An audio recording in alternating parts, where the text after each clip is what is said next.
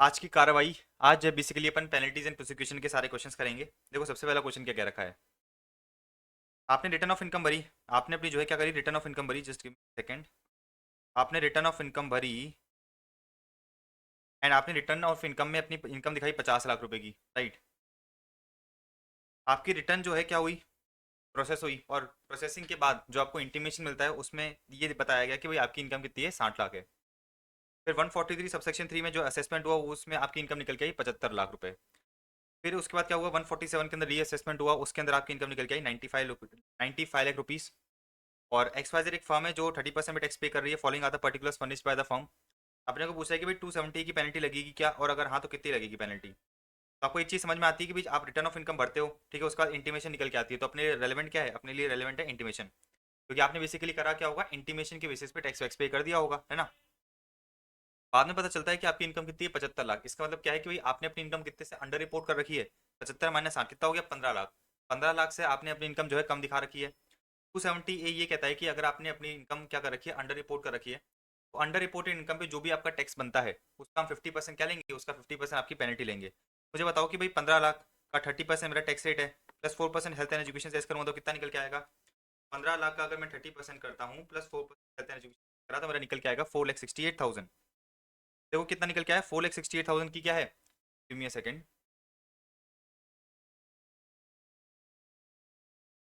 तो मैं बता रहा था आपको कि 4,68,000 आपका निकल के आया क्या, tax on under reported income. अच्छा, पेनल्टी अंडर 270 ये क्या होती है, पेनल्टी अंडर 270 ये होती है 50%, 50% of tax on under reported income. जो भी मेरा टैक्स निकल के आया, जो भी आपका टैक्स निकल के आया, देखो मैंने आपको क्या बताया था कि भाई अपनी अंडर रिपोर्टेड इनकम कितनी है, 75 - 60 15 लाख। 15 लाख का 30%, क्योंकि फर्म फर्म क्या कर रही है, 30% में टैक्स पे कर रही है, प्लस करूंगा 4% हेल्थ एंड एजुकेशन से, तो मेरा टैक्स निकल के आएगा कितना, 4,68,000। इस 4,68,000 का 50% करूंगा तो मेरा क्या निकल के आ जाएगा, पेनल्टी निकल के आ जाएगी अंडर 270 है। ईजी है ना। अब देखो क्या हुआ, जब तक की कार्रवाई तो पूरी हो गई, 75 लाख तक पे आपने क्या करा, टैक्स वैक्स पे कर दिया। अब 147 के अंदर रीअसेसमेंट होता है और आपकी इनकम निकल के आती है कितनी, 95 लाख। मतलब आपने क्या करा, आपने जो है 20 लाख से और अंडर रिपोर्ट करी है इनकम। तो इस 20 लाख का अगर अगेन अपन क्या करेंगे, 20 लाख आप निकालो 30%, प्लस करो 4% हेल्थ एंड एजुकेशन सेस करो। 20 लाख का अगर मैं 30% करता हूँ प्लस 4%, तो मेरा निकल के आएगा 6,24,000। तो ये निकल के आया मेरा 6,24,000 क्या है, 6,24,000 मेरी जो है अंडर रिपोर्टेड इनकम है। इधर लिख लेते हैं अपन, 6,24,000 क्या है मेरी अंडर रिपोर्ट इनकम है। इन दोनों का डिफरेंस लोगे कितना निकल के आएगा, 6,24,000। 6,24,000 का 50% करोगे तो कितना निकल के आ जाएगी आपकी पेनल्टी अंडर 70 है, 3,12,000, 3,12,000, ठीक है। तो बस आपको जो है इसी तरह से सॉल्व करना है। बस इनका क्या करना है, आपको जो है प्रेजेंटेशन देख लेना है, क्योंकि अपने को मार्क्स प्रेजेंटेशन के बेसिस पे मिलेंगे। सबसे पहले हमने बताया कि भाई आपकी अंडर रिपोर्ट इनकम कितनी है, आपकी अंडर रिपोर्ट इनकम है कितनी, 75 - 60 कितनी होगी, 15 लाख। फिर ये लोग क्या करते हैं, 75 लाख पे टैक्स निकालते हैं और 60 लाख पे टैक्स निकालते हैं, दोनों का फिर डिफरेंस क्या निकाल देते हैं, दोनों का डिफरेंस निकाल देते हैं अंडर रिपोर्टेड इनकम पे क्या टैक्स बन रहा है। ईजी है ना। तो आपको जो तरीका ये वाला फॉलो करना पड़ेगा। अपन ने शॉर्ट में समझ लिया कि भाई डायरेक्टली अगर अंडर रिपोर्टेड इनकम पे क्या करोगे, टैक्स निकालोगे तो निकल के आ जाएगा 4,68,000। ये लोग क्या करते हैं, 75 लाख पे टैक्स निकाला, फिर 60 लाख पे टैक्स निकाला, दोनों का डिफरेंस ले लिया तो कितना निकल के आ जाएगा मेरा, 4,68,000। इसी तरह से इन लोगों ने नीचे रीअसेसमेंट अंडर 147 की कैलकुलेशन करी है। ठीक है, क्वेश्चन नंबर 2 पे आ जाएं, आ जाओ। हाँ जी, तो देखो क्वेश्चन नंबर 2 क्या कह रहा है, मिस्टर राम एक रेसिडेंट इंडिविजुअल है, एज 55 ईयर्स है, उसने अभी तक आरओई भरी नहीं थी। अच्छा, आरओई भरी नहीं तो उसका क्या हो गया, बेस्ट जजमेंट असेसमेंट हो गया 144 के अंदर, और बीजेए के अंदर निकल के आया कि भाई उसकी जो है इनकम 12 लाख है। क्या पेनल्टी 270 के अंदर लगेगी, तो अपन कहेंगे बिल्कुल लगेगी, इसने रिटर्न ऑफ इनकम भर नहीं रखी है। 144 सेक्शन 144 के अंदर जितनी भी उसकी इनकम असेस हो रही है, इस पर जो भी उसका टैक्स बनता है उसका 50% क्या लगेगी, पेनल्टी लगेगी। तो देखो 12 लाख पे अपन टैक्स निकालेंगे। अच्छा ध्यान रखना, इस क्वेश्चन में थोड़ी सी चीज अमेंड कर लेना, ये वाला क्वेश्चन अमेंड होने से रह गया, इसको काट देना, इसको काट देना। 12 लाख पे जो है स्लैब, 12 लाख पे जो है स्लैब्स बदल गए हैं। तो क्वेश्चन में मुझे क्या बोल रखा है, क्वेश्चन में मुझे ये कह रखा है कि भाई अमाउंट ऑफ पेनल्टी कितनी लग रही है, मुझे बता नहीं रखा कि भाई इसने ऑप्ट आउट करा है कि नहीं करा है। तो अपन क्या मानेंगे, इसने जो है 115 बीएससी ले रखा है, क्योंकि अपनी डिफॉल्ट टैक्स रिजिम क्या है, 115 बीएससी है। तो 115 बीएससी के अकॉर्डिंग, 115 बीएससी के अकॉर्डिंग आप टैक्स निकालो। देखो ये रहा, अप टू 3 लाख तक क्या, अप टू 3 लाख तक नील, अप टू 3 लाख तक क्या हो जाएगी नील। 3 लाख से 7 लाख कितना हो गया, 5%, मतलब 20,000। 7 लाख से ज्यादा अप टू 10 लाख कितना होता है, 10%, तो कितना हो गया 30,000। 10 लाख से ज्यादा अप टू 12 लाख, मतलब 2 लाख का 15% कितना हो गया, 30,000। टोटल टैक्स कितना निकल के आया, टोटल टैक्स हो गया 80,000 का। 80,000 का 4% मैंने हेल्थ एजुकेशन से सेट करा, तो बेसिकली मेरा 83,200, 83,200 क्या निकल के आया, जो है टोटल पेबल निकल आया। टोटल पेबल निकल के आ गया tax plus health and education से इसका। इसका मैं 50% करूंगा, इसका मैं क्या करूंगा, 50% करूंगा, तो मेरी 270 के अंदर पेनल्टी कितनी आ जाएगी, मेरी जो है 270 के अंदर पेनल्टी आ जाएगी 41,600। तो बेसिकली मेरा क्वेश्चन आराम से 2 हो गया, राइट। Very easy. अब आ जाते हैं क्वेश्चन नंबर 3 पे, ठीक है ना। तो ये आपके पास क्वेश्चन बैंक होगा, इसमें अमेंड कर लेना, ये वाला क्वेश्चन अमेंड होने से लग गया, इसको काट देना, और ये वाली जो है चीज़ें इधर नोट कर लेना, ये वाली जो चीज़ें क्या करोगे इधर नोट कर लोगे। अब आ जाओ क्वेश्चन नंबर 3 पे। हाँ जी, तो देखो क्वेश्चन नंबर 2 पे आ जाओ, क्या दे रखा है क्वेश्चन नंबर 3 आई मीन। एक कंपनी है जो 25% में टैक्स पे कर रही है, अपने को फॉलोइंग इन्फॉर्मेशन बता रखी है कि भाई उसने रिटर्न ऑफ इनकम में दिखाया 15 लाख का लॉस, इंटीमेशन में जो है 8 लाख का लॉस निकल के आया, तो अपने रिलेवेंट क्या है इंटीमेशन। अच्छा, 143 सबसेक्शन 3 में आपका लॉस कितना हो गया, 5 लाख का हो गया। अब मुझे एक चीज़ बताओ, अंडर रिपोर्ट इनकम का मतलब क्या होता है कि भाई आप अपनी इनकम कम दिखा रहे हो या फिर लॉस ज़्यादा दिखा रहे हो। तो इस केस में मैंने लॉस ज़्यादा दिखाया है, 5 लाख की जगह मैंने कितना दिखाया है 8 लाख, मतलब 3 लाख से मैंने क्या करा है अपनी इनकम अंडर रिपोर्ट करी है। अच्छा, अब ये बोला कि भाई 270 के अंदर पेनल्टी निकालो, तो 3 लाख का क्या करोगे 25% निकालोगे। करो 3 लाख का अगर मैं परसेंट करता हूँ तो ये निकल के आएगा 75,000, प्लस करा मैंने 4% हेल्थ एंड एजुकेशन सेस, तो कितना हो गया 78,000 तो हो गया मेरा tax on under report income. अब पेनल्टी कितनी लगेगी, पेनल्टी लगेगी 50% of tax on under report income. तो मेरा टैक्स निकल के आएगा 78,000 और उसका मैंने 50% करा, तो मेरी पेनल्टी निकल के आ गई कितनी 39,000 की। अब देखो क्या दे रखा है, 147 के अंदर रीअसेसमेंट हुआ और वो ये कहता है कि भाई आपका जो लॉस है ना 5 लाख नहीं होना चाहिए, आपका अल्टीमेटली 4 लाख की इनकम होनी चाहिए। इसका मतलब क्या है, इसका मतलब ये है कि बेसिकली आपने जो है 9 लाख से अपनी 9 लाख से इनकम क्या कर रखी है अंडर रिपोर्ट कर रखी है ना। तो 9 लाख से आपने क्या कर रखी है इनकम अंडर रिपोर्ट कर रखी है। आप दिखा रहे हो कि भाई मेरा लॉस है 5 लाख का, लेकिन सरकार कह रही है, सरकार कह रही है कि भाई आपका प्रॉफिट कितना है, आपका प्रॉफिट है 4 लाख। इसका मतलब ये है कि आपने 9 लाख से क्या कर रखी है अपनी इनकम अंडर रिपोर्ट कर रखी है, राइट। तो देखो क्या होगा, अगेन पेनल्टी की निकालूंगा मैं, 9 लाख पे कितना निकलेगा, 9 लाख का 25% कितना आ रहा है, 9 लाख का अगर मैं 25% करता हूँ परसेंट हेल्थ एंड तरह, तो निकल के आएगा 2,34,000। देखो ये रहा 2,34,000 आ गया मेरा tax on under report income, उसका मैंने 50% करा, तो मेरी जो है पेनल्टी निकल के आ गई कितने की 1,17,000 की। ईजी है ना। तो इधर इधर ये बात समझ में आ गई ना, बेसिक मैथ है ये कि भाई पहले तो -5 को क्या करोगे +5 करोगे, फिर उसके बाद आप क्या करोगे 4 करोगे, जब जाके आपका 4 लाख आएगा। तो -5 जैसे आपको दे रखा है -5, आपको पहले +5 करना पड़ेगा, फिर +4 करना पड़ेगा, जब जाके आपका क्या निकल के आएगा 4 लाख आएगा।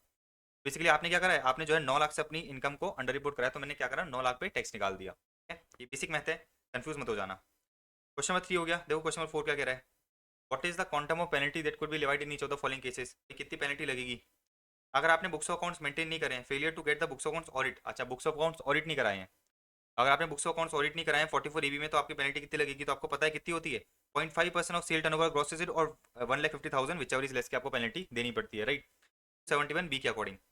अब देखो क्या देखा है, failure to comply with the direction issued under 142(2)A।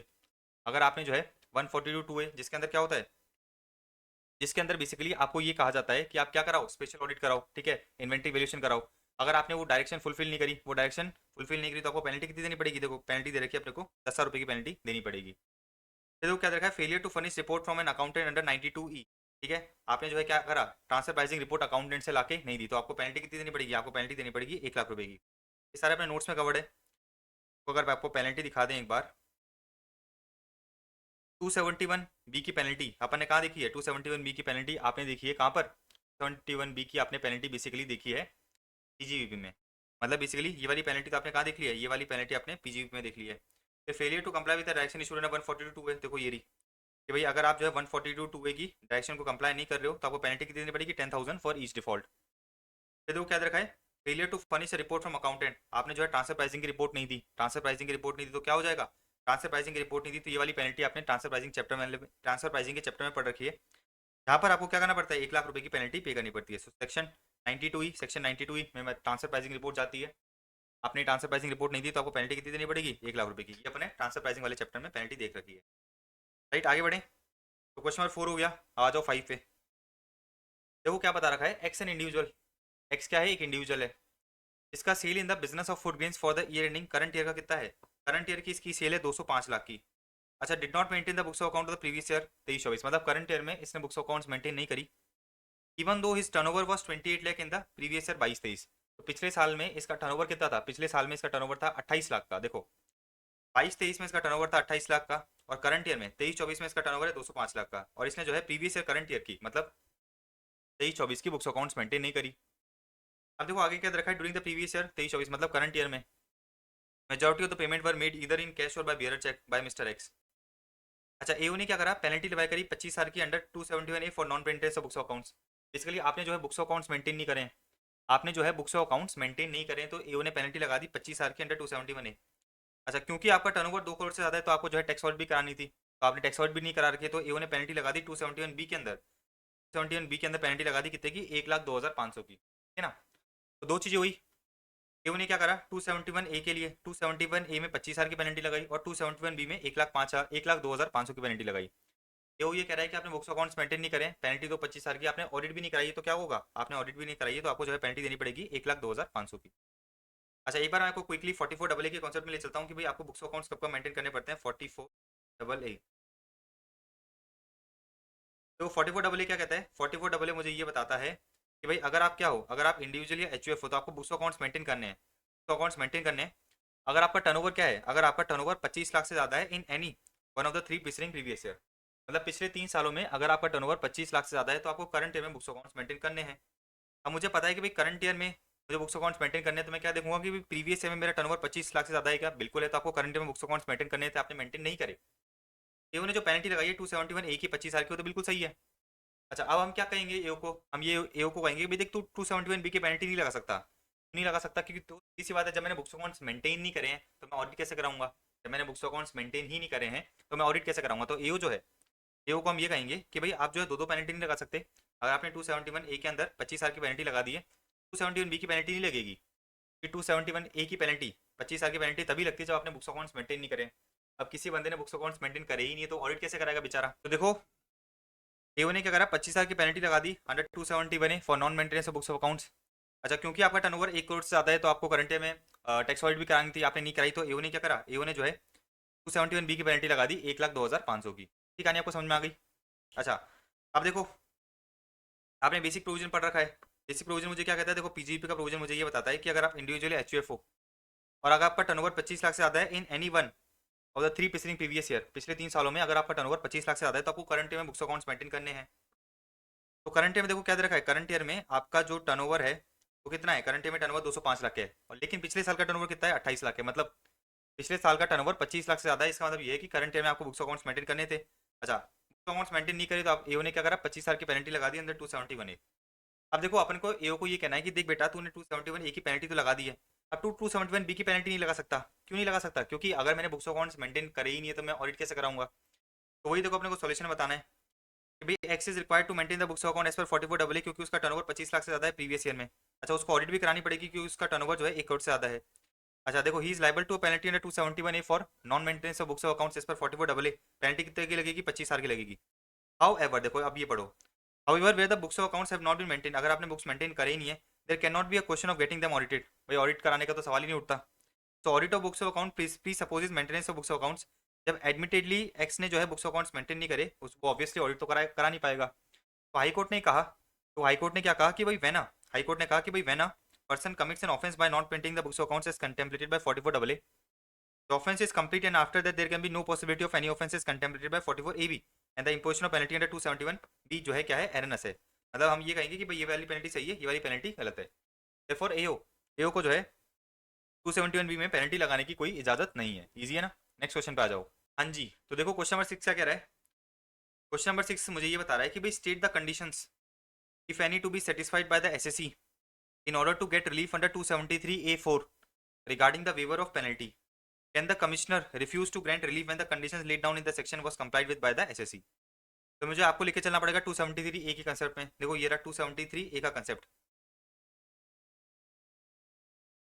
73, तो 273A मुझे ये बताता है कि भाई जो कमिश्नर है, जो कमिश्नर है उसके पास पावर है कि वो क्या कर सकता है, 270A की पेनल्टी को रिड्यूस या वेव ऑफ कर सकता है। अच्छा 273A4 ये तो था 273A सबसेक्शन 1, 273A सबसेक्शन 4 मुझे ये कहता है भाई पीसी या फिर सी, मतलब कमिश्नर के पास पावर है तो रिड्यूस कर सकता है, वेव कर सकता है any penalty on the application by the SSC. तो कमिश्नर क्या कर सकता है, किसी भी तरह की पेनल्टी को वेव ऑफ कर सकता है, बट कंडीशन क्या है, कंडीशन ये है कि भाई पेनल्टी लगाने की वजह से एसएससी को क्या हो रही है, जेन्युइन हार्डशिप हो रही है, और एसएससी ने क्या करा है, इंक्वायरी में कोऑपरेट कर रखा है। तो मैंने आपको क्या बताया कि भाई 273 एक सेक्शन है, सेक्शन 273A है जो मुझे ये बताता है सबसे पहला तो कि भाई कमिश्नर के पास पावर है कि वो 270A की पेनल्टी को क्या कर सकता है, रिड्यूस और वे ऑफ कर सकता है, राइट। ये मैंने आपको बता दिया 270A की पेनल्टी को रिड्यूस और वे ऑफ कर सकता है, ये तो हुई ऊपर वाली बात। 273A में दूसरी पावर दे रखी है कमिश्नर को कि अगर वो चाहे तो क्या कर सकता है, किसी तरह की भी पेनल्टी को पीसी या फिर C has the power to reduce और waive any penalty on the application by the SSC. अगर एसएससी एप्लीकेशन देता है तो किसी भी तरह की पेनल्टी वेव ऑफ हो सकती है, किसी भी तरह की पेनल्टी क्या हो सकती है, वेव ऑफ हो सकती है। कंडीशन क्या है कि भाई एसएससी को जेन्युइन हार्डशिप हो रही है और एसएससी ने जो है इंक्वायरी में कोऑपरेट करा है। फिर जो ऑर्डर है प्रिंसिपल, बेसिकली एसएससी ने क्या करा, एसएससी ने एप्लीकेशन दी तो प्रिंसिपल कमिश्नर क्या करेगा, एप्लीकेशन को एक्सेप्ट या रिजेक्ट करेगा। तो क्या देखा है, ऑर्डर एक्सेप्टिंग या rejecting the application has to be passed within 12 months from the end of the month in which it is received. अगर पेनल्टी 1 लाख से ज्यादा की वेव ऑफ करनी है आपको तो अप्रूवल किसकी रहेगी, पीसीसी या फिर सीसी, पीडीजी या फिर DG required before the waiver. तो ये कौन है, ये बेसिकली पीसी और सी है। अगर 1 लाख से ज्यादा की पेनल्टी वेव ऑफ करनी तो उसको क्या करना पड़ेगा, सुपीरियर अथॉरिटी की परमिशन लेनी पड़ेगी। ठीक है, तो ये पूछ रहा है कि कंडीशंस बताओ, तो अपन ने कंडीशन बता दी। अगर एग्जाम में क्वेश्चन आता है इतना सा आपको लिख के आना है, आपको पूरे नंबर मिल जाएंगे। तो इन लोगों ने वही चीज बता रखी जो मैंने आपको बताया। इन लोगों ने जो ये राम प्रसाद दे रखी है ना, एक्जैक्टली वही है जो अपन ने उधर पढ़ी है। थेटिकल क्वेश्चन है, आपके काम का नहीं है, एग्जाम में आने वाला नहीं है। ठीक है, लेकिन आपको पता होना चाहिए कि 273 के अंदर कौन कौन सी पेनल्टी रिड्यूस और वेव ऑफ होती है, राइट। ये आपसे प्रैक्टिकल क्वेश्चन में जरूर पूछ सकता है, डायरेक्टली ऐसा 5 नंबर का क्वेश्चन नहीं पूछेगा। तो इसको पढ़ लेना, इसको आप पढ़ोगे ठीक है तो आपका काम हो जाएगा। बस अपने लिए रेलेवेंट क्या है, ये इतना सा पार्ट रेलेवेंट है जो अपन ने देख लिया। अच्छा, आपके दिमाग में सवाल आ रहा होगा कि भाई ये अलग अलग चीजें क्यों दे रखी है, तो मैं आपको एक फटाफट चीज बता देता हूँ। ये जो ऊपर वाली पेनल्टी है ना, ऊपर वाली पेनल्टी वॉलंटरी डिस्क्लोजर के लिए होती है। वॉलंटरी डिस्क्लोजर का मतलब क्या है, वॉलंटरी डिस्क्लोजर का मतलब बहुत सिंपल सी बात ये है कि भाई मेरे पास once in life time option है।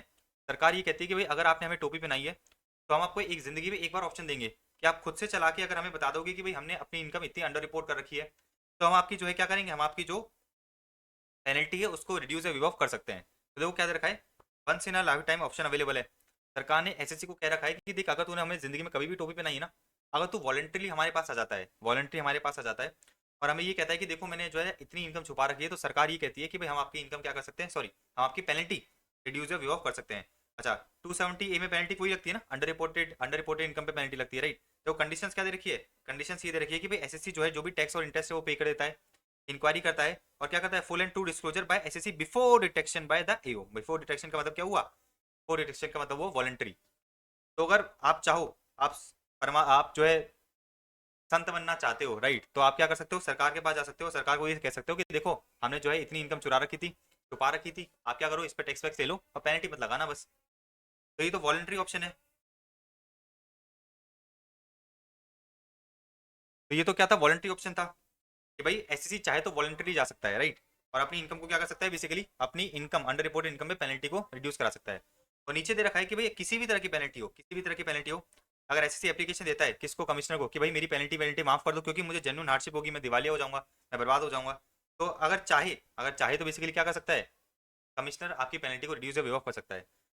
अब एक क्वेश्चन था, देखो क्वेश्चन क्या आ रहा था कि भाई ऊपर अपन एक चीज पढ़ी थी कि भाई can the commissioner refuse to grant the relief when the condition laid down in the section was complied with by the SSC. अगर एसएससी ये कंडीशन को कंप्लाई कर देता है तो क्या ये जो कमिश्नर है ये पेनल्टी को रिड्यूस या ऑफ करने से मना कर देगा, नहीं। अगर ये सारी कंडीशन सेटिस्फाई हो रही है, एसएससी सारी चीजों में कंप्लाई कर रहा है, तो ये जो कमिश्नर है उसको क्या करना पड़ेगा, रिड्यूस और वेव ऑफ करनी ही पड़ेगी। तो देखो हाई कोर्ट ने क्या कहा था, हाई कोर्ट ने ये कहा था कि अगर अबोव कंडीशन सेटिस्फाई हो रही है जो अपन ने पढ़ रखी है, अगर अबोव कंडीशन आर सेटिस्फाइड, अब the above condition lay down for the exercise of discretion are satisfied, commissioner can not refuse to exercise the discretion. ठीक है, तो कमिश्नर मना नहीं कर सकता कि हम पेनल्टी माफ नहीं करेंगे। ठीक है, पढ़ लेना, ये काम का नहीं है वैसे, छोड़ दो इसको। नेक्स्ट पे देखो क्या देखा है, examine the following cases and state whether the same are liable for penalty as per the provisions of income tax act.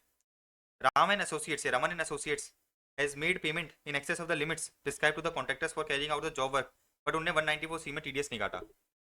तो ये कह रहे हैं कि भाई आपने जो है क्या करा, 194 सी में टीडीएस नहीं काटा, पेनल्टी कितने की लगेगी, आ जाओ। पेनल्टी पूछ रहा है, प्रोसिक्यूशन पूछ रहा है, पेनल्टी पूछ रहा है, राइट, आ जाओ देखो पेनल्टी ये रही। फेलियर टू डिडक्ट या पे टीडीएस, आपने टीडीएस काटा नहीं या फिर काट लेके जमा नहीं कराया, कितनी देर की penalty, amount of tax which he fail to deduct और पे। ठीक है, तो जितना टीडीएस आपने नहीं काटा उतनी आपको पेनल्टी देनी पड़ेगी। तो सेक्शन कौन सा था अपना, ये सेक्शन था 271 सी, देखो ये रहा सेक्शन 271 सी। अपन से पेनल्टी पूछ रहा है तो देखो ये रही पेनल्टी अपन ने लगा दी 271 सी के अंदर। तो penalty under 271 C, penalty under 217 C is attracted for the failure to deduct TDS. अच्छा, पेनल्टी कितनी होगी, sum equal to the amount of tax which the person fail to deduct, such penalty can be impose only by the joint commissioner, therefore therefore आपको जो है इतनी penalty देनी पड़ेगी। ठीक है ना।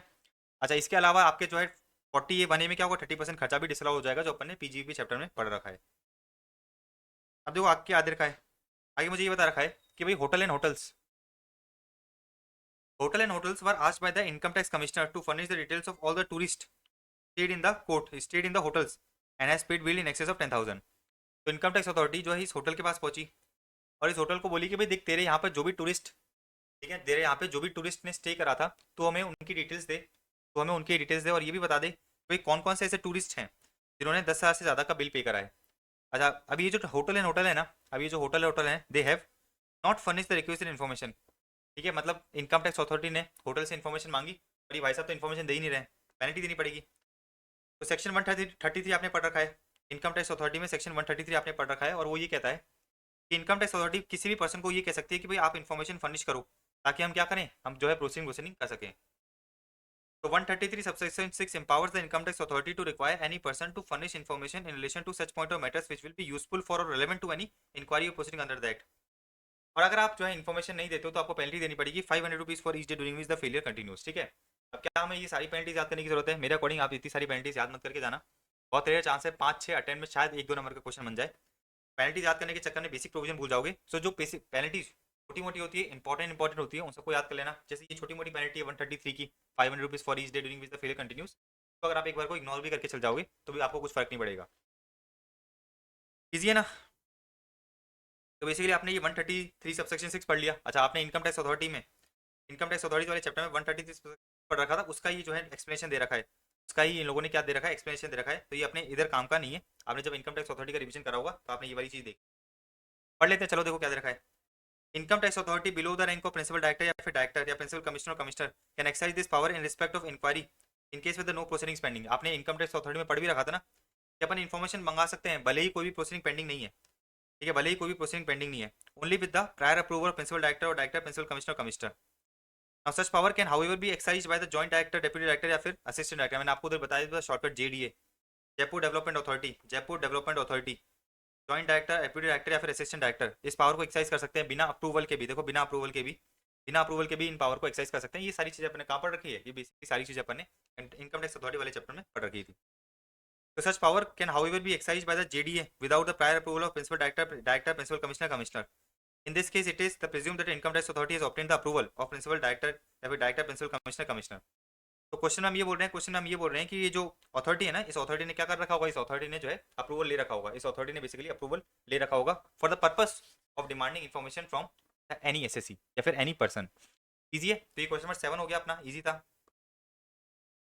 आ जाओ क्वेश्चन नंबर 8 पे।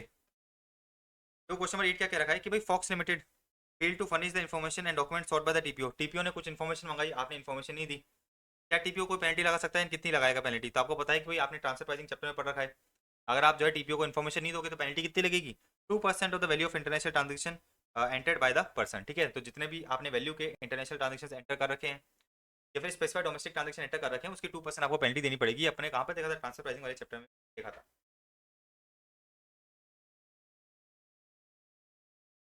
आपको दिखा भी देते हैं, चलो 271 जी दिखाना ना आपको। 271, ये देखो 271 जी की पेनल्टी नीचे दे रखी है कि भाई आपने इन्फॉर्मेशन फर्निश नहीं करी, इन्फॉर्मेशन फर्निश नहीं करी विद इन 10 डेज आपको पेनल्टी देनी पड़ेगी 2% of the value of international transaction. ये रहा 271 जी। ठीक है, क्वेश्चन नंबर 9 पे आ जाओ, देखो क्या दे रखा है। क्वेश्चन नंबर 9 मुझे बता रखा है कि भाई what would be the penalty leviable under 270 A in case of the following assessee अगर नन ऑफ द एडिशन या disallowances made in the assessment या रीअसेसमेंट क्वालिफाई अंडर 270 ए6 and the under reported income is not on account of miss. Basically again मुझसे ये कह रहा है कि भाई अंडर रिपोर्टेड इनकम पे जो है आप कितनी पेनल्टी लगेगी वो निकाल के बता दो। दो है, एक तो फर्म है, एक तो फर्म है और एक क्या है? इंडियन कंपनी है। देखो फर्म ने रिटर्न भरी 35 लाख की, असेस प्रोसेसिंग में कितना निकल के आया? प्रोसेसिंग में निकल के आया 45 लाख, तो अपने लिए रेलेवेंट क्या है? 45 लाख। आगे बढ़ो, 143 सबसेक्शन 3 में कितना निकल के आया? 62 लाख। तो 62 माइनस 45 करो, 62 माइनस 45 करो कितना आएगा? 65 करा, मेरा निकल के आ गया 17 लाख। 17 लाख की मेरी क्या है? अंडर रिपोर्टेड इनकम है। टैक्स कितना लगेगा फॉर्म पे? टैक्स लगता है फॉर्म पे 30% का। तो 17 लाख का 30% करो, देखो ये रही 17 लाख की अंडर रिपोर्टेड इनकम। 17 लाख का 30% करोगे plus 4% health and education cess करोगे तो आपकी जो आपका जो टैक्स है अंडर रिपोर्टेड इनकम पे वो निकल के आएगा 5,30,400। इसका आप 50% कर दोगे, इसका अगर आप क्या करोगे 50% कर दोगे तो आपकी जो है अंडर रिपोर्टेड इनकम पे टैक्स निकल के आ जाएगा कितना? 5,30,400। और पेनल्टी कितनी हो जाएगी? पेनल्टी हो जाएगी 50% of the tax on under reported income 2,65,200। Easy है। अब देखो क्या हुआ, 147 में आपका रीअसेसमेंट हुआ और आपकी जो इनकम है वो कितनी निकल के आ गई? 81। तो 81 माइनस 62 करो, कितना आ रहा है? 81 माइनस 62 करा, निकल के आएगा आपको 19 लाख का। तो आपकी अंडर रिपोर्टेड इनकम होगी 19 लाख। अंडर रिपोर्टेड इनकम पे टैक्स निकालो, 19 लाख का 30% करो, लाख का 30% प्लस करा तो निकल के आ गया 5,92,800 और पेनल्टी कितनी हो जाएगी 50% हो जाएगी of tax on unreported income. ये तो किसकी बात हो गई, ये बेसिकली बात हो गई फर्म की। अब बात करते हैं अपन कंपनी की। देखो कंपनी की अपन बात करते हैं, कंपनी में क्या हो रहा है। कंपनी में आपका जो प्रोसेसिंग ऑफ रिटर्न है, जो इंटीमेशन है, उसमें आपका लॉस निकल गया है कितने का, 6 लाख का। 143 सबसेक्शन 3 में आपका लॉस कितना हो गया, 2 लाख हो गया, मतलब 4 लाख से कम हो गया। 4 लाख क्या हो गई, अंडर रिपोर्टेड इनकम हो गई। तो आपकी जो अंडर रिपोर्टेड इनकम है वो कितनी हो गई, देखो 4 लाख हो गई। 4 लाख पे टैक्स निकालो, कंपनी को 30% पे टैक्स पे करना है, plus 4% health and education cess करा तो निकल के आया 1,24,800। इसका 50% कर दोगे तो आपकी जो है पेनल्टी निकल के आ जाएगी अंडर 270 ए। फिर देखो आगे क्या बोल रहा है, आगे आपका 2 लाख का लॉस किस में कन्वर्ट हो गया, 6 लाख में कन्वर्ट हो गया। तो इसका मतलब क्या है कि भाई टोटल 8 लाख आपकी जो है क्या होगी, 8 लाख की अंडर रिपोर्टेड इनकम हो गई। टैक्स निकाला तो निकाल दो, 8 लाख का देखो 30% करा plus 4% health and education cess करा तो आपका टैक्स निकल के आ गया 2,49,600। Just give me a second.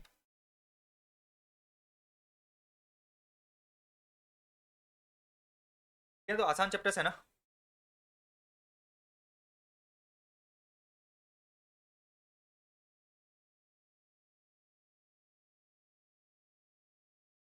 जय श्री कृष्णा बोलो। तो मैं आपको बताया था कि भाई 8 लाख की आपकी अंडर रिपोर्ट इनकम है, इस पर टैक्स निकल के आया कितने का, 2,49,600 और इसका 50% कर दिया तो आपकी क्या निकल के आ जाएगी, पेनल्टी निकल के आ जाएगी अंडर 270 ए। तो ये तो हो गई अपनी बात किसकी, क्वेश्चन नंबर 9 की। आ जाए क्वेश्चन नंबर 10 पे। देखो क्वेश्चन नंबर 10 क्या कह रहा है कि भाई कैन द प्रोसिक्यूशन भी लॉन्च। प्रोसिक्यूशन का मतलब क्या होता है कि क्या हम आपको जो है जेल जेल में भेज दें, ठीक है, जेल की रोटी खानी पड़ेगी, जेल का पानी पीना पड़ेगा। तो क्या हम आपको जेल में भेज दें, can prosecution B launched for each of the following actions और डिफॉल्ट्स कमिटेड। और अगर हाँ तो कितना आपको जो है, कितने साल के लिए आपको जो है जेल में भेजा जाएगा, वो हमें बताना है। देखो क्या दे रखा है। इसके लिए आपको जो है प्रोसिक्यूशन वाले चैप्टर में ले चलते हैं।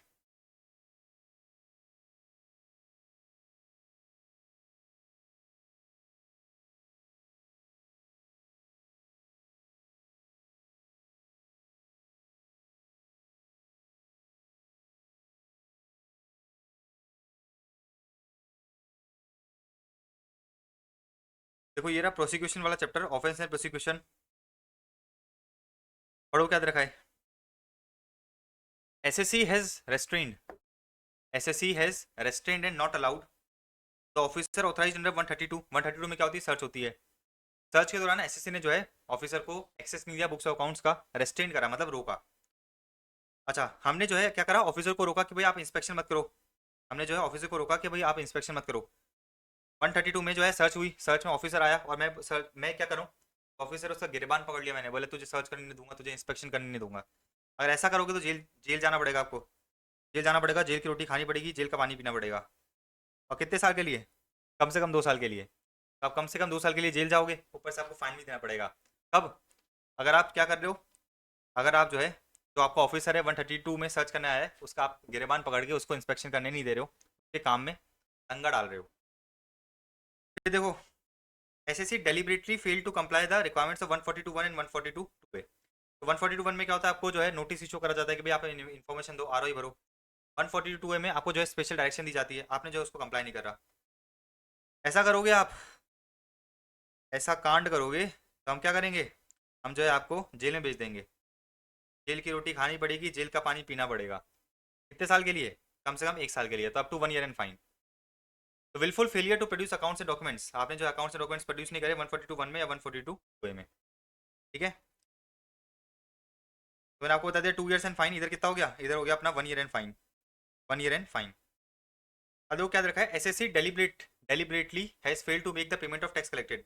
भाई आपने सरकार का टैक्स कलेक्ट कर लिया, टीडीएस कलेक्ट कर लिया, लेकिन सरकार को जमा नहीं कराया, क्या करेंगे, आपको जेल में भेज देंगे। और जेल में क्या करोगे आप, जेल की रोटी खानी पड़ेगी, जेल का पानी पीना पड़ेगा।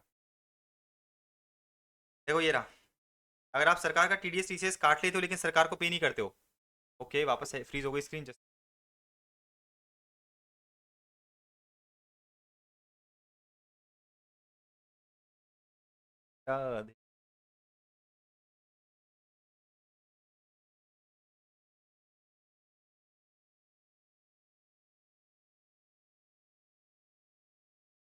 हाँ जी, तो अपन क्या देख रहे थे, अपन ये देख रहे थे कि भाई अगर आपने जो है क्या करा, अगर आपने सरकार का टीसीएस कलेक्ट कर लिया लेकिन सरकार को जमा नहीं कराया, तो आपको जेल भेज देंगे और आपको जेल की रोटी खानी पड़ेगी, जेल का पानी पीना पड़ेगा। कब तक, 3 मंथ्स टू लेके 3 मंथ से लेके 7 ईयर्स, तो 3 months to 7 years plus fine.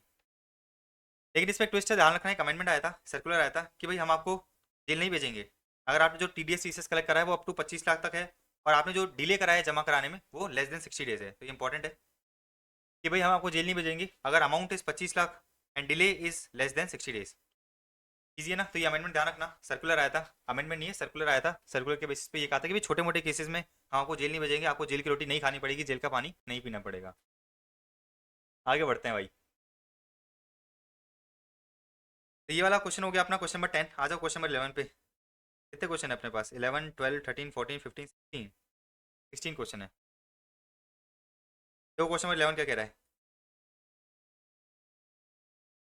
Question number 11 मुझे ये बता रहा है कि भाई एओ ने क्या करा, कंप्लेन लॉन्च करी against a firm under 276 CC of the income tax act for failure to furnish his ROI for the previous year 21-22 within the due date under 139 subsection 1। तो एक फर्म थी, फर्म ने क्या करा, फर्म ने basically अपनी return of income furnish नहीं करी, तो एओ ने क्या करी, कंप्लेन लॉन्च कर दी अंडर 276। अच्छा मैं 276 सीसी भी दिखा देता हूँ आपको। 276 सीसी क्या होता है? 276 सीसी ये कहता है कि भाई अगर आप जो है रिटर्न ऑफ इनकम फर्निश नहीं कर रहे हो, अगर आप रिटर्न ऑफ इनकम फर्निश नहीं करो तो हम क्या करेंगे, हम आपको जेल भेज देंगे, और जेल में क्या करना पड़ेगा, आपको जेल की रोटी खानी पड़ेगी, जेल का पानी पीना पड़ेगा। देखो इन लोगों ने कहा कि भाई अगर आप जो है रिटर्न ऑफ इनकम फर्निश नहीं करते हो अंडर 139 सबसेक्शन 1 या फिर 142 सबसेक्शन 1 या फिर 148, तो हम आपको क्या करेंगे, जेल भेज देंगे। आपको ये देखना पड़ेगा कि आपका जो इवेटेड टैक्स है वो 25 लाख से ज़्यादा का है, तो हम आपको जेल भेजेंगे 6 मंथ से लेके 7 ईयर्स तक, और अदरवाइज हम आपको जो है 3 मंथ से लेके 2 ईयर्स तक जेल भेजेंगे। तो एओ ने क्या करा, कंप्लेन कर दी फर्म के लिए कि भाई फर्म ने रिटर्न ऑफ इनकम फर्निश नहीं है, फर्म को जो है जेल भेजो। आगे देखो क्या दे रखा है। अब देखो tax payable on the assessed income as reduce by the advance tax and TDS TCS कितना है, 60,000 आ रहा है। भाई फर्म ने रिटर्न ऑफ इनकम नहीं भरी है, उसमें जो टैक्स बनता है वो कितना बनता है, 60,000 का ड्यू टैक्स बनता है जो उसको पे करना था। अब देखो क्या दे रखा है कि भाई appeal filed by the firm against the order of assessment was allowed by the CIT appeals. मतलब कमिश्नर ने भी कहा कि बिल्कुल सही बात है, इसने जो अपनी रिटर्न ऑफ इनकम नहीं भरी है, इस पे 60,000 का क्या लगना चाहिए, टैक्स लगना चाहिए। एओ ने क्या करा, पास कर दिया order giving effect to the order of CIT appeals, the tax payable by the firm as per the set order of the AO was 8900। ठीक है ना। तो अपील फाइल हुई, अपील फाइल हुई, और अपील फाइल होने के बाद क्या हुआ, कमिश्नर अपील्स ने ये कहा कि आपका टैक्स पेबल बनता है कितना, 8900 का। ठीक है। तो क्या हुआ था, जो एओ है, एओ ने बेसिकली ये कहा था कि भाई आपका टैक्स बनता है 60,000 का। आपने जो अपील फाइल कर दी कमिश्नर अपील्स को, कमिश्नर अपील्स ने कहा बिल्कुल सही बात है, आपका टैक्स बनता है, लेकिन टैक्स बनता है 60,000 नहीं, कितना, 8900।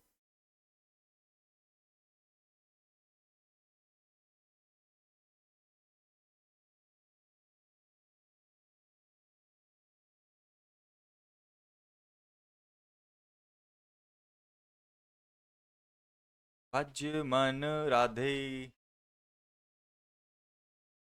राधे गोविंदा राधे। ठीक है।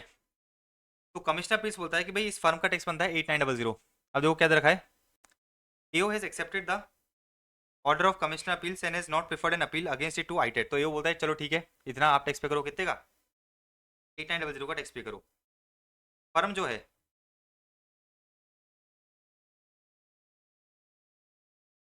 The firm desires to know the maintainability of prosecution proceeding. अब फर्म जानना चाहती है कि भाई उसको जेल भेजा जाएगा कि नहीं भेजा जाएगा। ठीक है ना।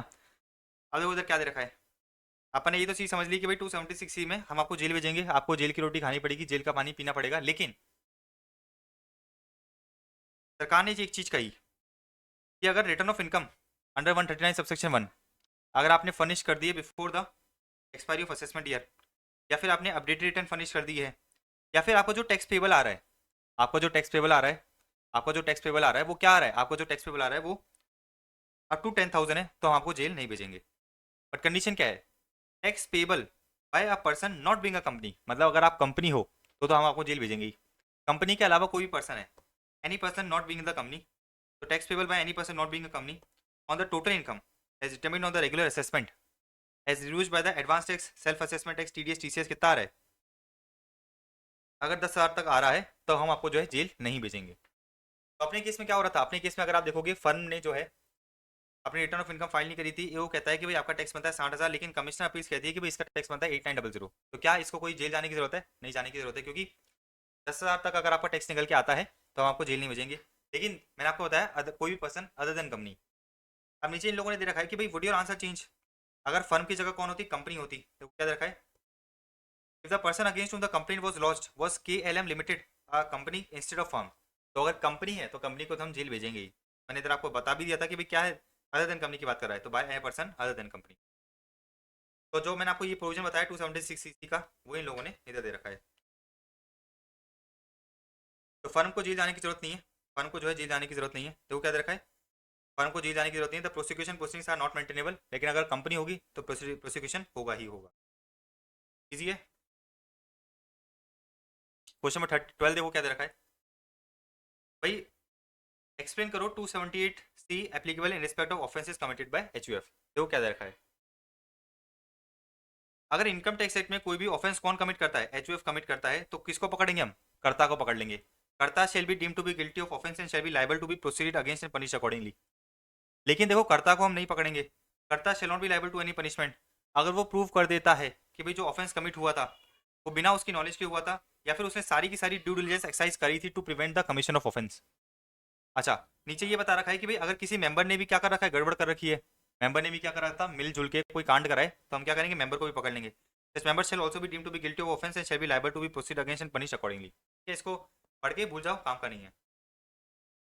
फिर देखो क्या दे रखा है, क्या डिपार्टमेंट प्रोसिक्यूशन प्रोसीडिंग को लॉन्च कर सकता है। Can the department launch a prosecution in case जहाँ पर they have accepted the revise return filed by the SSC rectifying a mistake in the original return. भाई आपने जो है अपनी रिटर्न ऑफ इनकम भरी, फिर आपने रिटर्न ऑफ इनकम को रिवाइज कर दिया, क्या इसकी वजह से कोई डिपार्टमेंट आपको जो है जेल भेज सकता है। तो क्या हुआ, the question came up before Karnataka high court. High court ने ये कहा क्योंकि department has accepted the revise returns filed under 139 subsection 5, it was clear that there was a bona fide mistake in the original return and there was no element of means rea. Therefore, the High Court held that department cannot launch prosecution under 276C, 77 and 278। तीनों section क्या होते हैं देख लो। 276C 276C क्या होता है, 276C ये होता है कि भाई wilful attempt to evade payment of tax. तो wilful attempt to evade payment of tax penalty and interest. 276 ये होता है कि भाई आपने जानबूझ के क्या करा, जानबूझ के टैक्स वैक्स पे नहीं करा। फिर क्या दे रखा था, फिर बता रखा था 277। आ जाओ 277 पे। 277 ये कहता है कि भाई फॉल्स स्टेटमेंट इन वेरिफिकेशन, आपने क्या करा, फॉल्स स्टेटमेंट दिया वेरिफिकेशन में, और फिर दे रखा है 278 ये रहा है abetment of false return et cetera relating to any income chargeable to tax. तो आपने क्या करा, रिटर्न ऑफ इनकम क्या करी, गलत भरी, तो उस केस में जो है आपकी प्रोसिक्यूशन लगेगी 278 में। बेसिकली सरकार ने ये कहा कि भाई किसी बंदे ने ओरिजिनल रिटर्न भरी, तो उस ओरिजिनल रिटर्न को with in due time revise कर दिया, तो इसका मतलब ये नहीं है कि भाई उसने कुछ गड़बड़ करी है, हो सकता है उससे जानबूझ के कुछ गड़बड़ हो गई हो। तो डिपार्टमेंट इस केस में जो है प्रोसिक्यूशन प्रोसीडिंग लॉन्च नहीं करेगा अंडर 276C, 277 एंड 278। अब वो क्या देखा है, प्रमोद अ रेसिडेंट इंडिविजुअल जिसकी एज 52 ईयर्स है, प्रमोद अ रेसिडेंट इंडिविजुअल जिसकी एज क्या है 52 ईयर्स है, उसने अपनी रिटर्न ऑफ इनकम फर्निश नहीं करी है, उसकी टोटल इनकम कितनी निकल के आ रही है, उसकी टोटल इनकम निकल के आ रही है 14 लाख की। SSC not opted for 115 BAC। अभी बोला है कि भाई 270 के अंदर पेनल्टी लगेगी क्या, सीधी सी बात ये कि भाई आपने जो है 14 लाख की इनकम नहीं दिखा रखी, तो आपकी अंडर रिपोर्टेड इनकम कितनी हो जाएगी, अंडर रिपोर्टेड इनकम अपन 14 लाख की मान लेंगे, और 14 लाख पे आप क्या करोगे, 14 लाख पे टैक्स वैक्स निकालो। आपका 14 लाख पे आपने टैक्स निकाला, कितना निकल के आया 2,32,500। तो आपने करा 4% हेल्थ एंड एजुकेशन से ऐड करा, तो आपका जो है टैक्स निकल के आ गया, इसका 50% कर दोगे तो आपकी जो है पेनल्टी निकल के आ जाएगी कितनी की, 1,20,900 की आपकी पेनल्टी निकल के आ जाएगी अंडर 270 ए। ठीक है ना, तो बहुत लॉजिकली आप चीज़ों को समझते चलना, रटना मत कि भाई पेनल्टी 270 ए के अंदर किस तरह से निकलती है। अपन को तो बस इतना से देखना है कि भाई सरकार को अपने टोपी कितनी बनाई, आपने रिटर्न ऑफ इनकम फर्निश नहीं करी, मतलब अपनी इनकम दिखाई जीरो, आपका इनकम बनता है 14 लाख, तो मतलब आपने 14 लाख की करी अंडर रिपोर्टिंग करी है। लेकिन मैं आपको एक ट्विस्ट बता देता हूँ कि क्या होता है ना, अगर आपसे एग्जाम में अगर आपसे ये पूछ ले कि भाई आपकी अंडर रिपोर्टेड इनकम कितनी है, इन केस ऑफ इंडिविजुअल या HUF जिसने क्या करा है, रिटर्न ऑफ इनकम फर्निश नहीं करी है, तो आपके दिमाग में क्या आएगा कि भाई इसने रिटर्न ऑफ इनकम फर्निश नहीं करी है, इसकी अंडर रिपोर्टेड इनकम कितनी हो गई, 14 लाख की हो गई। आप तो यही कहोगे ना कि इसकी 14 लाख की अंडर रिपोर्टेड इनकम है और 14 लाख पे टैक्स वैक्स इतना बनता है, उस पर आपने जो है क्या करा, पेनल्टी भी निकाल दी। लेकिन मेरी बात बड़े ध्यान से समझना, अंडर रिपोर्टेड इनकम आपकी 14 लाख होनी चाहिए थी, अंडर रिपोर्टेड इनकम 14 लाख होनी चाहिए थी, राइट। 14 लाख पे टैक्स इतना बनना चाहिए था और पेनल्टी इतनी बनी चाहिए थी, सब कुछ करेक्ट है। लेकिन सरकार ये कहती है कि अंडर रिपोर्टेड इनकम 14 लाख नहीं मानेंगे, अंडर रिपोर्टेड इनकम 14 लाख नहीं मानेंगे, 14 लाख में से आपको बेसिक एग्जाम्स लिमिट दे देंगे, तो आपकी अंडर रिपोर्टेड इनकम हो जाएगी कितनी, 11,50,000। लेकिन टैक्स पूरे 14 लाख पे ही लिया जाएगा। तो बहुत इंपॉर्टेंट पॉइंट बता रहा हूँ मैं कि आपके अगर आप ये वाला आपका एग्जाम में ऐसा केस आता है ना, इंडिविजुअल HUF का केस आता है, तो आपको ध्यान रखना है कि भाई अगर आपसे एमसीक्यू में ये पूछ ले कि भाई आपकी अंडर रिपोर्टेड इनकम कितनी है, तो अंडर रिपोर्टेड इनकम 14 लाख लिख के मत आ जाना, 14 लाख माइनस बेसिक स्लैब लिख के आना। और फिर आपसे बाद में पूछता है कि भाई अंडर रिपोर्टेड इनकम में टैक्स कितना है, तो ये अंडर रिपोर्टेड इनकम कितनी है, भले 11,50,000 की है, लेकिन जब सरकार टैक्स लेती है ना, टैक्स पूरे पूरे 14 लाख पे लेती है। तो ये थोड़ा इंपॉर्टेंट ट्विस्ट है, तो आपको ध्यान रखना पड़ेगा। ऐसे दिक्कत होगी नहीं, क्योंकि अगर एमसीक्यू आएगा तो ही आप कंफ्यूज हो गए, अदरवाइज आपका टैक्स तो एकदम परफेक्ट निकल के आएगा। 14 लाख की आपका अंडर रिपोर्ट इनकम होती है, 14 लाख पे आपका टैक्स बनेगा इतना, और फिर उस पर जो है क्या करोगे 50% निकाल दोगे, तो आपकी पेनल्टी निकल के आ जाएगी। समझ में आ गई ना आपको कहानी? तो अंडर रिपोर्टेड इनकम होगी 14 लाख माइनस 2,50,000 कितनी, 11,50,000, लेकिन टैक्स लगेगा पूरी की पूरी 14 लाख पे, टैक्स लगता है पूरा का पूरा 14 लाख पे। और होना भी 14 लाख ही चाहिए वैसे, आपने सरकार को टोपी बनाई 14 लाख पे। इसी एग्जामेशन लिमिट का सरकार ने बेसिकली टाइम पास करने के लिए दिखा दिया कि भाई आपकी अंडर रिपोर्ट इनकम होनी चाहिए 11,50,000। सरकार इसको ठीक करना चाहे तो कर सकती है, क्योंकि अल्टीमेटली टैक्स तो पूरे के पूरे 11 लाख पे 14 लाख पे ही ले रही है। लास्ट क्वेश्चन देखते हैं अपने इस चैप्टर का। तो लास्ट क्वेश्चन क्या कह रहा है, एक फर्म है, एक एलएलपी है, जिसने अपनी रिटर्न ऑफ इनकम फाइल करी है 18 लाख की। कब फाइल करी है, 2 अक्टूबर 2024 को। प्रीवियस ईयर क्या है, प्रीवियस ईयर बेसिकली मेरा है 23-24 की। तो प्रीवियस ईयर 23-24 का आपने रिटर्न ऑफ इनकम फाइल करी है 18 लाख दिखाते हुए, कब, 2 अक्टूबर 2024 को। आपकी जो रिटर्न ऑफ इनकम है वो प्रोसेस हुई। On processing of return the total income determine under 143(1) कितनी निकल के आई, 22 लाख निकल के आई।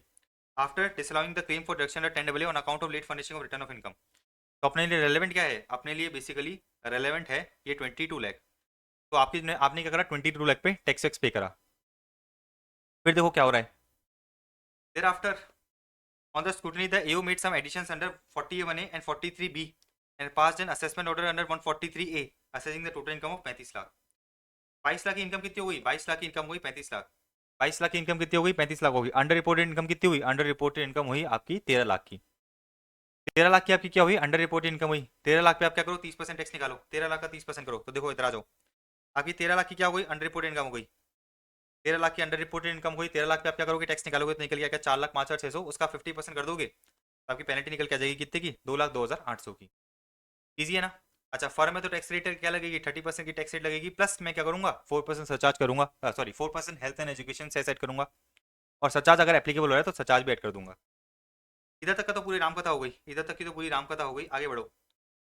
Later on the AO notice the certain income has escaped assessment and issue notice under 148 the total income under 147 कितनी निकल के आ गई, 42 लाख की निकल के आ गई।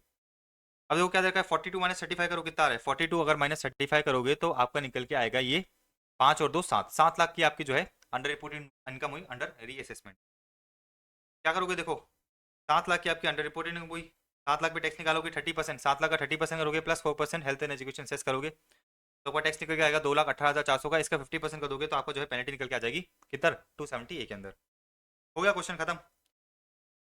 आगे मुझसे ये पूछा था कि compute the penalty to be levied under 270A of the income tax act at the time of assessment and at the time of reassessment, assuming कि भाई अंडर रिपोर्टिंग मिस रिपोर्टिंग नहीं है। क्योंकि आपको पता है कि भाई अंडर रिपोर्टिंग की तो पेनल्टी होती है 50% of tax of under reported income, और मिस रिपोर्टिंग करी है आपने तो उसकी पेनल्टी कितनी होती है 200% ऑफ टैक्स। तो फाइनली अपना जो है पेनल्टीज एंड प्रोसिक्यूशन पूरा हो गया। अब नेक्स्ट चैप्टर पे कूदते हैं।